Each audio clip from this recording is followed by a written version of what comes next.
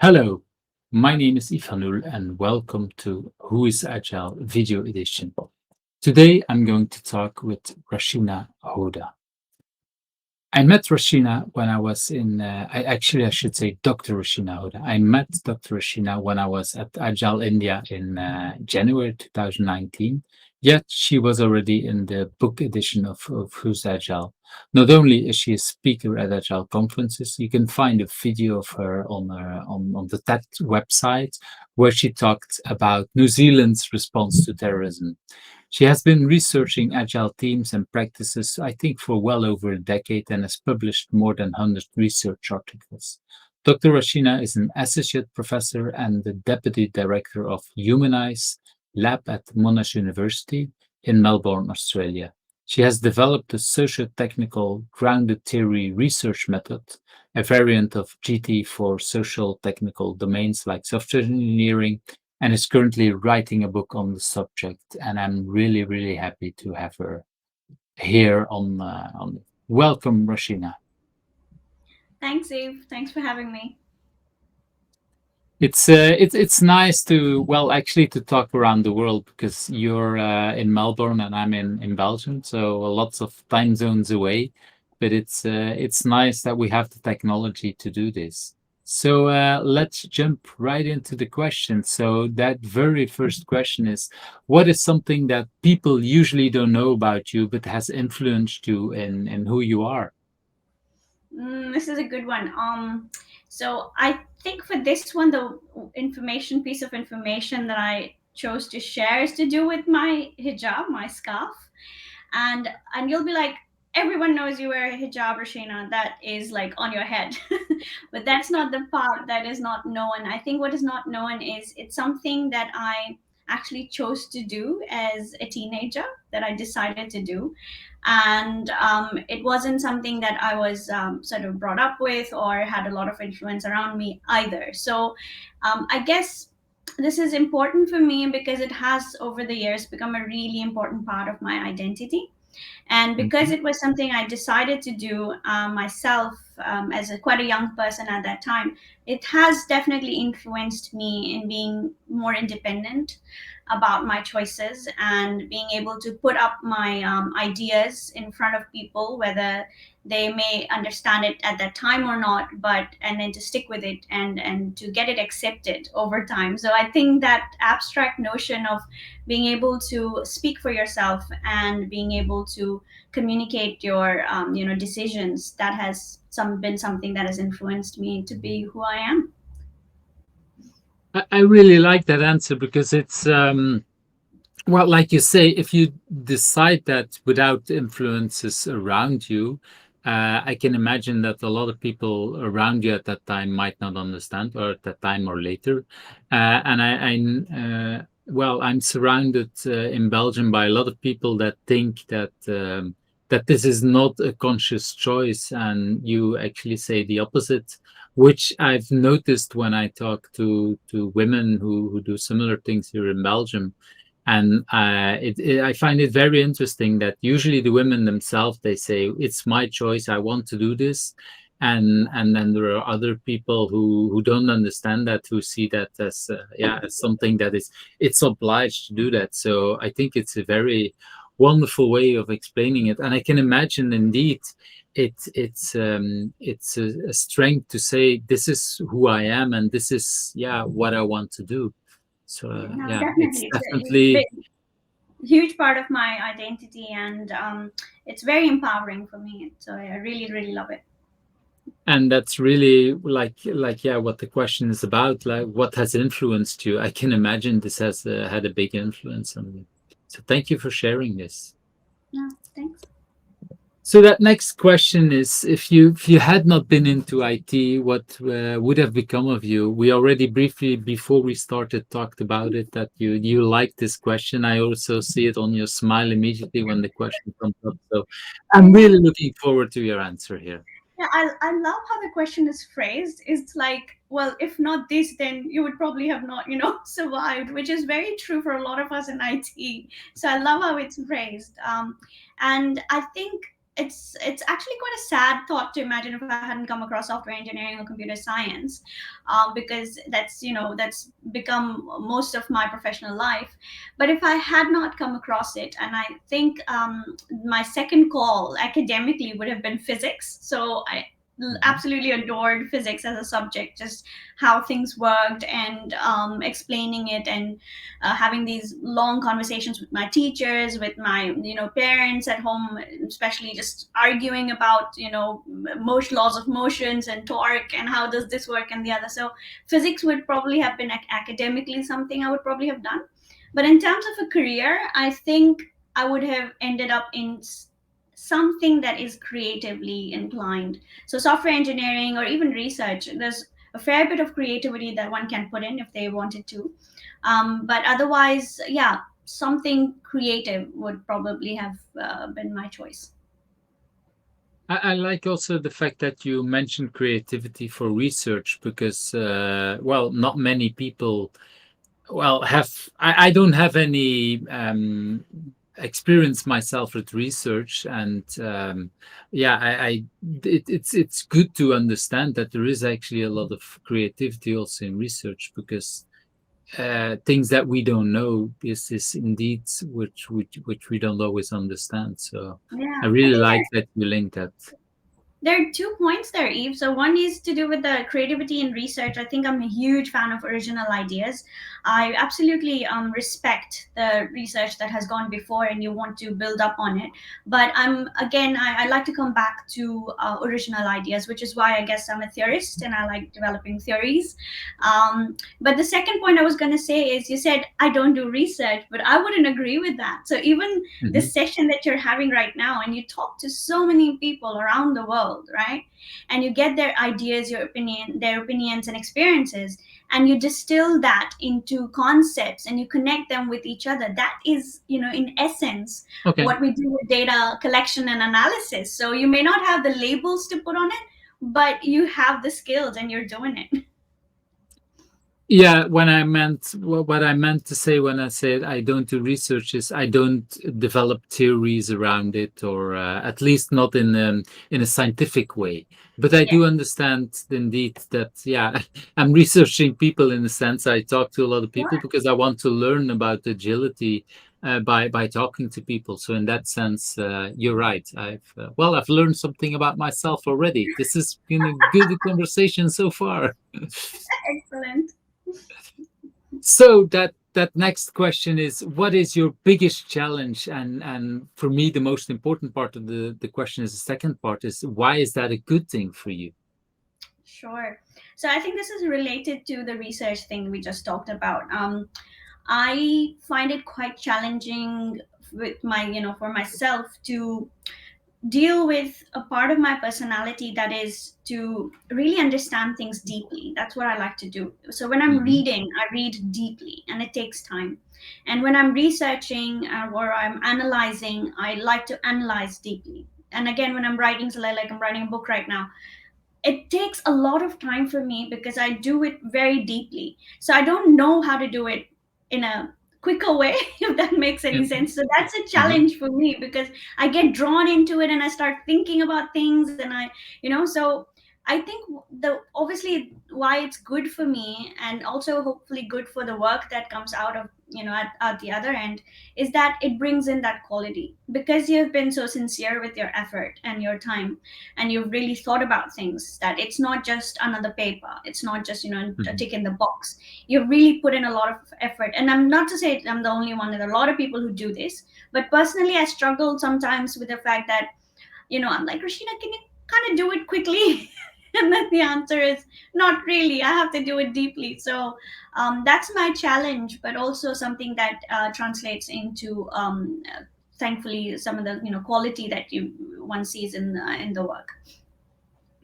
I like that because, well, I read a lot of books, but sometimes as a reader, I feel that the author didn't do, well, that I as a reader have to do the work that the author should have done. Um, and I find that a shame because, of course, if I have to do the work and all the other readers have to do the work, it actually takes a lot more time Mm. for the whole world in a sense. especially because I don't consider myself extremely smart. So I like that authors that are smarter than me do more work because they're actually much better at yeah, when they come up with some ideas. Um, and That's yeah, really reassuring to hear because I like how you phrased it about the author doing most of the work so other people don't have to as much. I think I'll think about that next time because that's a good source of motivation. but yeah, it's sometimes I read books where I feel that well, sometimes the authors uses too difficult phrases, and sometimes books are written by consultants that want to sell them. Look how smart I am. I don't like to read these kind of books. I like the books where it use well easy to understand language to explain difficult concepts. But it usually shows also that they've done the work. If you are able Mm, to explain it with normal words, then you yeah. understand the concept really well. Mhm. And sometimes authors are so smart that they don't realize that they use difficult words, but sometimes it's just that they haven't done the work, like what you say, deep work. Mm. Yeah, I personally like that. So that's so thank you for that. Um, No. that brings me immediately to that next question, that what drives you? And when I said in the introduction you have like more than 100 research articles, I would say you're a very driven person. I dare to say that. I have actually struggled with this question time and again when people ask me. To be honest, I really can't pinpoint what it is, but I can tell you that yes, there is a huge drive. If you think about it in terms of game theory, so I used to teach game theory for a while, and in times, in terms of the types of players you can get in a game. So I would slot myself as an achiever type. So I definitely need Hmm. to achieve things, and that is competition that I have with myself. So I need to be better today than I was yesterday. So it isn't about so much about what everybody else is doing. It's more so about have I learned something new, and what new Hmm. things can I do now that I wasn't able to do before. So there's definitely that drive. And if again, so what or where that drive is coming from, so far I can only say that it's like really an intrinsic motivation. It's like part of my personality is who I am. I have to do things, and I have to, if I get an idea, I have to finish it off, and I have to, complete it to the best of my abilities. But maybe some more introspection over time, Eve, to try and understand where that comes from. But I don't have like a pinpoint answer for this is my source of driving me. But yeah, so not the best answer, I'm afraid, but Well, I'm but still you trying to say figure it out. what I'm hearing you say is that you don't maybe know where it's coming from, but what drives you is you want to become a better version than you were yesterday. That's what I'm hearing. So that's yeah, that's already a very profound answer to what drives you to become better than you were yesterday.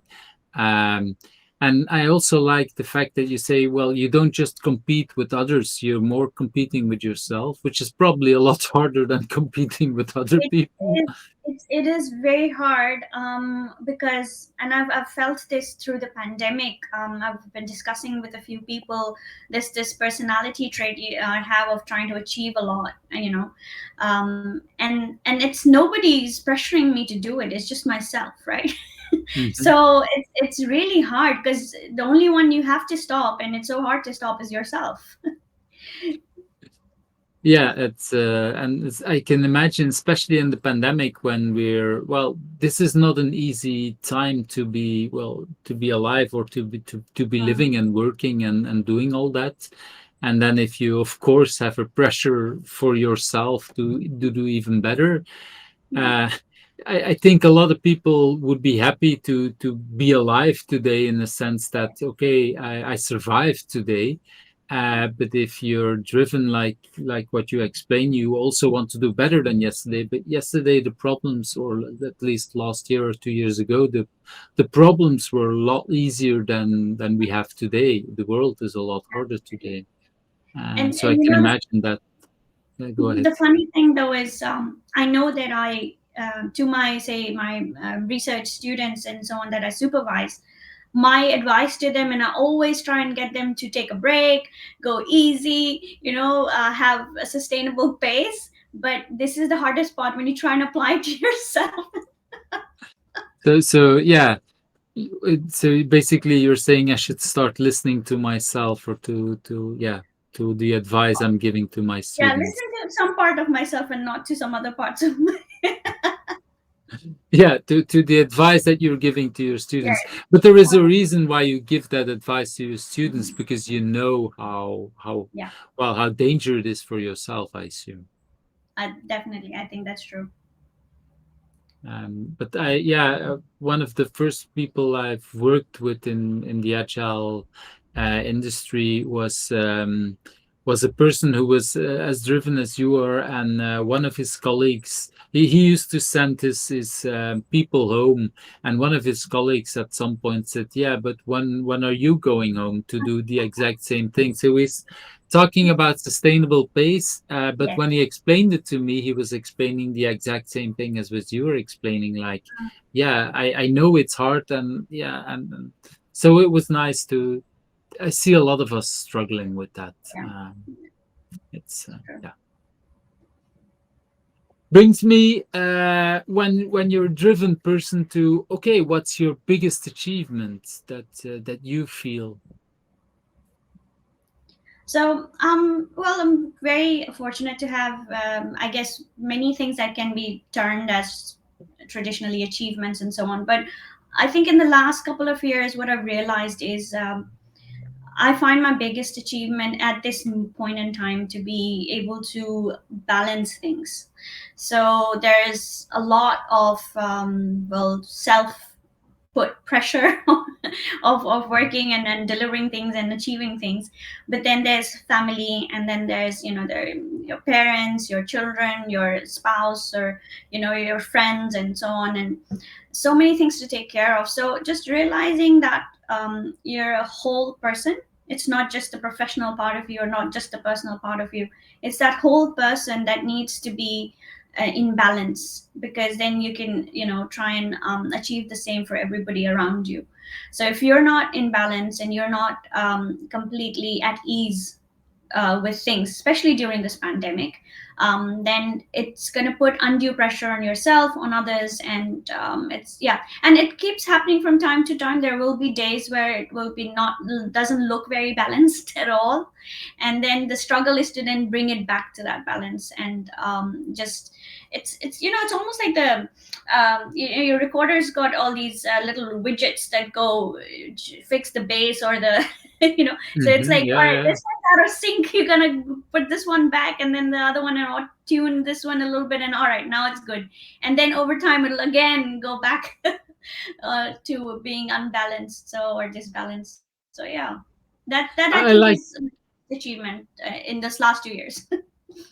Yeah, so the achievement is, what I'm hearing is that that you realize when things are out of balance, and that you can bring yourself back into balance. That's what I'm hearing.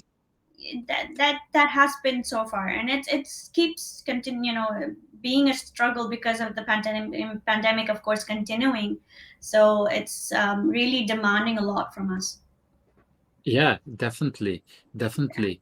I like the way you put it, also with the equalizer, with the different things, because I have friends who are in the music industry, and what I've learned from them is that every time they do a concert in another city, or in another what's it called, recording place or whatever, of course the whole thing sounds differently. So the main technician, I would call him, has to go in and has to put on a certain music part that he or she knows very well, and Mhm. then adjusts everything so that it sounds correctly. And only then the band can start rehearsing, because then he or she knows that, okay, everything is balanced, like you Yep. say it. And Yeah. then everything else can go from there, but the main balance from the music needs to be the same. And I think that's a little bit, or that's how I understand you explain it, because you say, okay, today is different. I'm in a different environment, and the pandemic is now there, and yeah, the people around you might be different, and you need to readjust your balance again. I really like that metaphor. It's, Absolutely, yeah. that's yeah, that's wonderful, and it's for me. It's one of the reasons why I want to do this video edition during the pandemic, because it feels like this is a way to connect again with people in other parts of the world. Because indeed, we're all looking for ways to balance again. I don't usually call it balance, because I like more work life fusion, because I feel that, Mm. yeah, because probably for the exact same reason as you say, it's not really always balanced. It's finding the right ways how work and personal life can interact with the rest of the world, and feel So and it's adjust perhaps these more things. about, as you said, tuning than balance. Exactly. Tuning is a much nicer word indeed. Mm. Well, you came up with the equalizer part of it. So brings me to well, because of the pandemic, I thought a lot about that, and I thought, okay, I want to add to this series a few other questions, like, do you have a personal agility tip to share, something that you've been experimenting with, or something that you think is good for other people to learn from you? Sure. So for right now, my go-to sort of approach for dealing with whatever's going on is essentially taking things a day at a time. And the reason this is mainly agile based is that whole idea of breaking down a bigger problem into smaller pieces. And if we look at the whole thing, like, all right, we're in 2022, and how am I going to get through all of this? It's too much to try and wrap your head around, because there's so many uncertainties all along the way. So you may have had a conference planned or whatever, but you don't know if that's going to happen. So in some ways Hmm. it's nice to have those high level goals, but we cannot plan that far ahead in time. We just can't. So that's where our kind of agile skills come in handy, because now you're going much smaller iterations where you're Hmm. planning in detail only for the top 10% of your backlog. You can't go into super detail of all the rest, because you don't know if it's going to happen. So that's what I'm currently trying to do is I plan out for a week, and then even with that, on a daily basis, or like tonight, I'm going to be looking at the schedule for tomorrow and see, is this the same? Is it going to work out? What if it doesn't work out? And what else can I do? And so on. So it's weeks and days for me.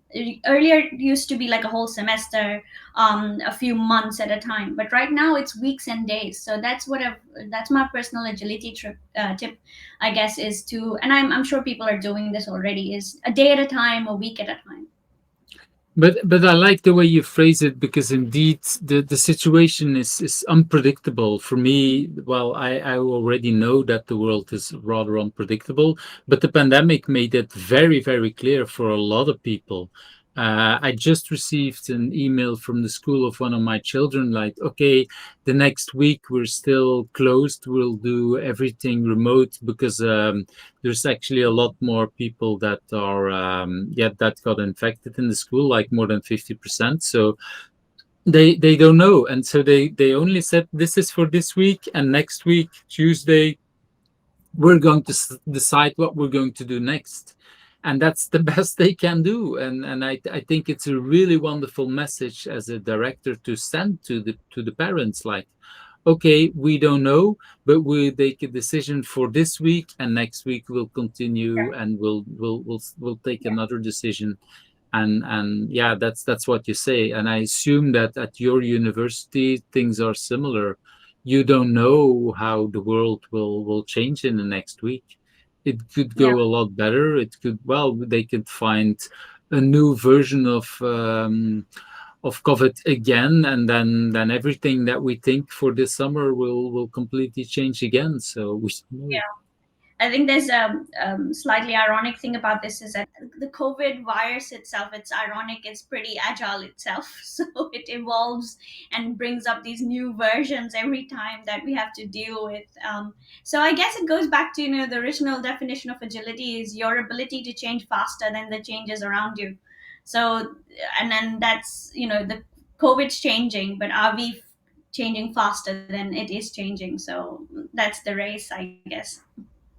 Yes, and yeah, what I've noticed is that some people they want to fix it and yeah, define the whole world, but what they don't realize is indeed you can not like what the virus is doing, but still the virus will do whatever it wants, adapting itself better than we are, and that's and I'm not surprised that about the people that I see around me who are better at adapting than others, because people that I would have predicted, oh, they're very agile, they seem to adapt rather okay, and others have, yeah, totally, yeah, lost their mind in a sense that they cannot deal with that. And like you say, the virus doesn't care; it's adapting itself continuously. That's a very nice way of thinking about that.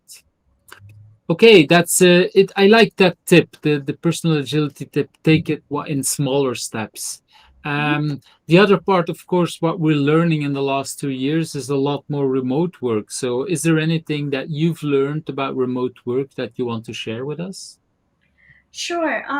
I find with remote work, there's at least one huge advantage and one huge disadvantage. So, the advantage for me has been that I've been able to engage in things and do things that I would normally not have even thought was a possibility because typically of the travel involved.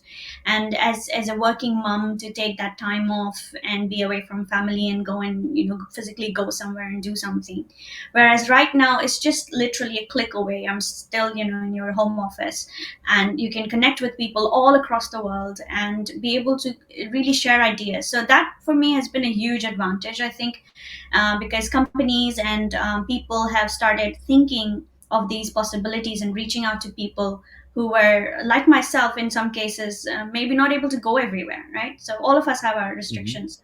So and then not travel as much, so that was really advantageous, I thought. The disadvantage is back to that tuning issue, because now that we're working in a home office, it's very difficult to set the boundaries around, all right, this is my time to work, or this is my space to work, and when should you stop, and when does it kind of start to seep into your personal life, and so on. So that has been, I guess, a struggle for most of us. Some Hmm. people have done it better than others, but those, I guess, who are parents amongst us or looking after caretaking for others, that has been a little bit more of a challenge, because you're kind of on demand, on call at all times. So even if you're meant to be at work, physically you're there. So it's making that availability obvious is been a bit of a challenge. Yeah, and I think depending also on the age and of the people that you're taking care of. If you're taking care of little children, they have no idea, or they you might explain them a little bit about work, but they don't understand it. And yeah, they're not able to take care of themselves. So when they're in need, they're in need. So of course, I have teenagers. They're pretty able to take care of themselves and actually taking care of our family life in a sense. At some point, my partner was had COVID and had to stay in her room, and so one of my children just took over the cooking, and so that worked really well.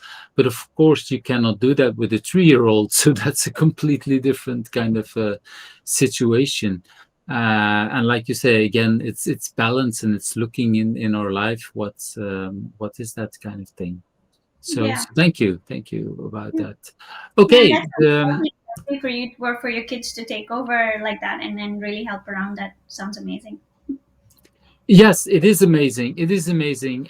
Well, especially in this case, the son that I was talking about is studying for cook, so that actually helped Lovely. in multiple ways. It helped for him as well because Mm, school at some point school stopped, so he couldn't do create yeah. cooking lessons or whatever because that stopped. So he then Mm, practiced at home, but at the same perfect. time, it helped. So it was very interesting to see that kind of thing. But yeah, that's just one example. I think all three in our case are helping out, and at some points they need help, of course, because one of them is at university in the middle of exams. Okay, that's not the moment we're going to ask to do household chores or whatever. So that's of course that's again us adapting to that situation. Yeah. Um, so the next question I wanted to ask is about the last book or about a book that you wanted to talk about. Yeah. So the last book that I read these days, the staple answer to that pretty much is the Holy Quran. So I Mhm. tend to like listen to it, or I would read it, and especially when I go out on my walks. So I find that it's a really nice way to combine being in nature and walking for physical exercise with listening in and listening to the verses of the Quran, and really again my tendency to think deeply about stuff, so really think that and Mhm. connect it to the world around me. So it's quite a nice experience for me, quite a spiritual experience with the walking and the listening at the same time. So for most parts, on most days, that would be the last thing I read. Yeah, but other than that, of course, I'm not so much reading. I'm writing a book, so that takes up quite a lot of time. I And can yeah, imagine. Yeah, yeah.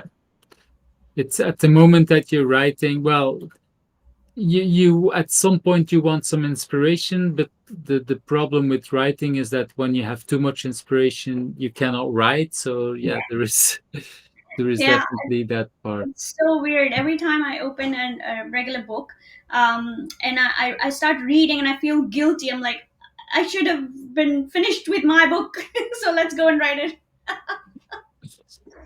Yeah, but this is it brings again the whole discussion about balance is that okay there are moments that well what I've learned from Jerry Weinberg is that sometimes you want to finish and work on one thing, but sometimes it's good to have multiple ideas that you're just writing and putting somewhere in a box for the moment that when yeah when it pops up again that it come to that deeper thing, because that's what I'm hearing when you want to work very deep. Sometimes you need some more time to finish it than just keep writing that part, and that is hard, what I hear Time from a lot of people and writing. time and focus. So that's a bit difficult with home working. Yes, I definitely with well with children and with a partner or anyone around you, of course, because it's like you say, it's time that you steal from other things, huh? Yeah. To keep writing. So that brings me to one of my favorite questions is that what question do you think I should also ask, and what's that question? Because I know that my guests typically have completely other ideas and other things that you wish that I would have asked. Wow. Gosh. What would be that question? And then I have to answer it. I was more inclined to ask you a question, if that's okay.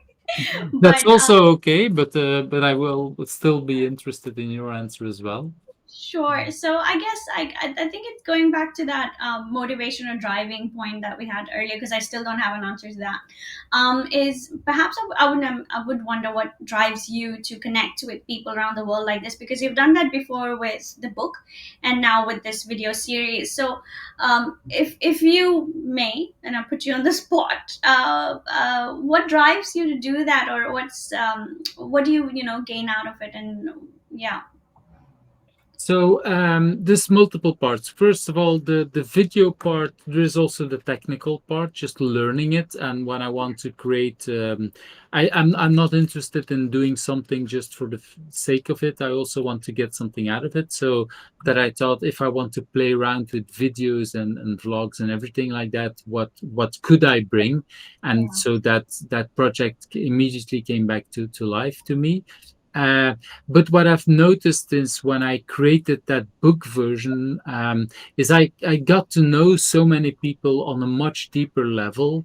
that I found it, yeah, it's just connecting, and I learned so much about agility, about people, where people are coming from. Mm, Um, I originally invented the original 5 to 7 questions in like 5 to 7 minutes.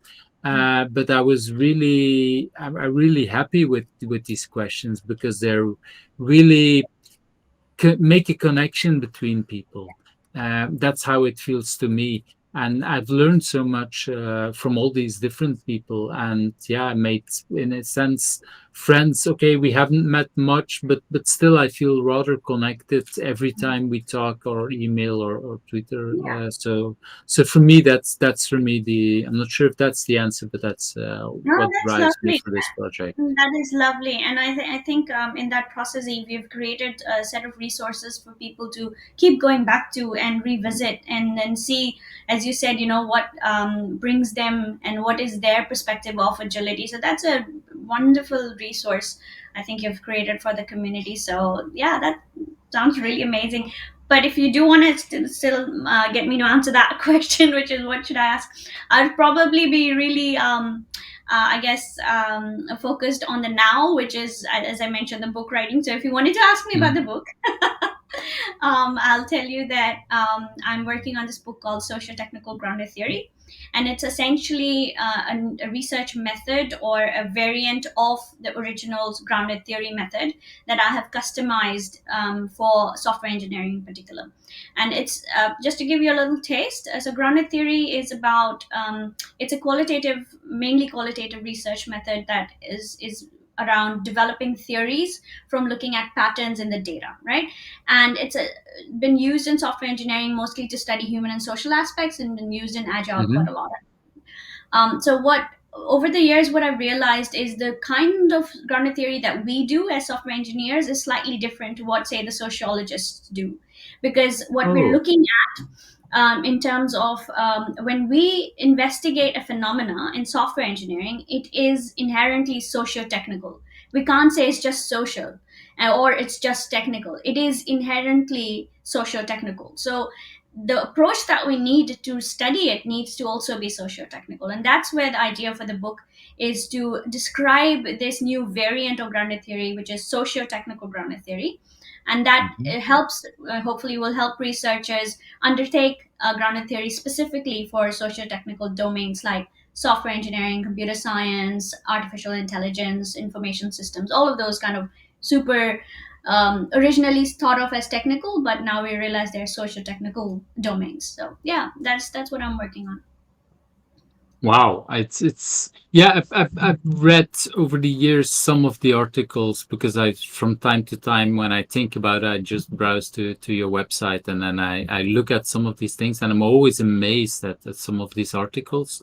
And yeah, when I now understand the deeper things that are behind some, it's definitely a book that I look forward. I'm not sure if I understand it again because I'm not sure how well a researcher I am, or a scientific researcher, but still, it's something that interests me a lot. So, and also because I do find, indeed, with the agile community, is that we don't always value the research that has been done. I've noticed that a lot of people in the agile community don't realize that there is actually so much Mm, research that's done by you and by other universities. yeah, I regularly get questions from students from whatever university or high schools or somewhere around the world, and I know a lot of agile people do that or get these same kind of questions, but they don't always realize how fast that the number of research there is. So happy to see you helping out at well, at theory level, I would say, on how that research can be done. So that's very nice. no, cool, thanks. And then it comes to me that actually last question is that, okay, whom do you think I should ask next? I'm really looking forward to that answer. Sure. I have a list of people to recommend. So, yeah, one would be I would start locally with Australia. So, Ivan Laybourne is from the Business Agility Hmm. Institute would be a really good person to talk to. You could also talk to Shane Hasty in New Zealand. Then there's Sanjeev Augustin.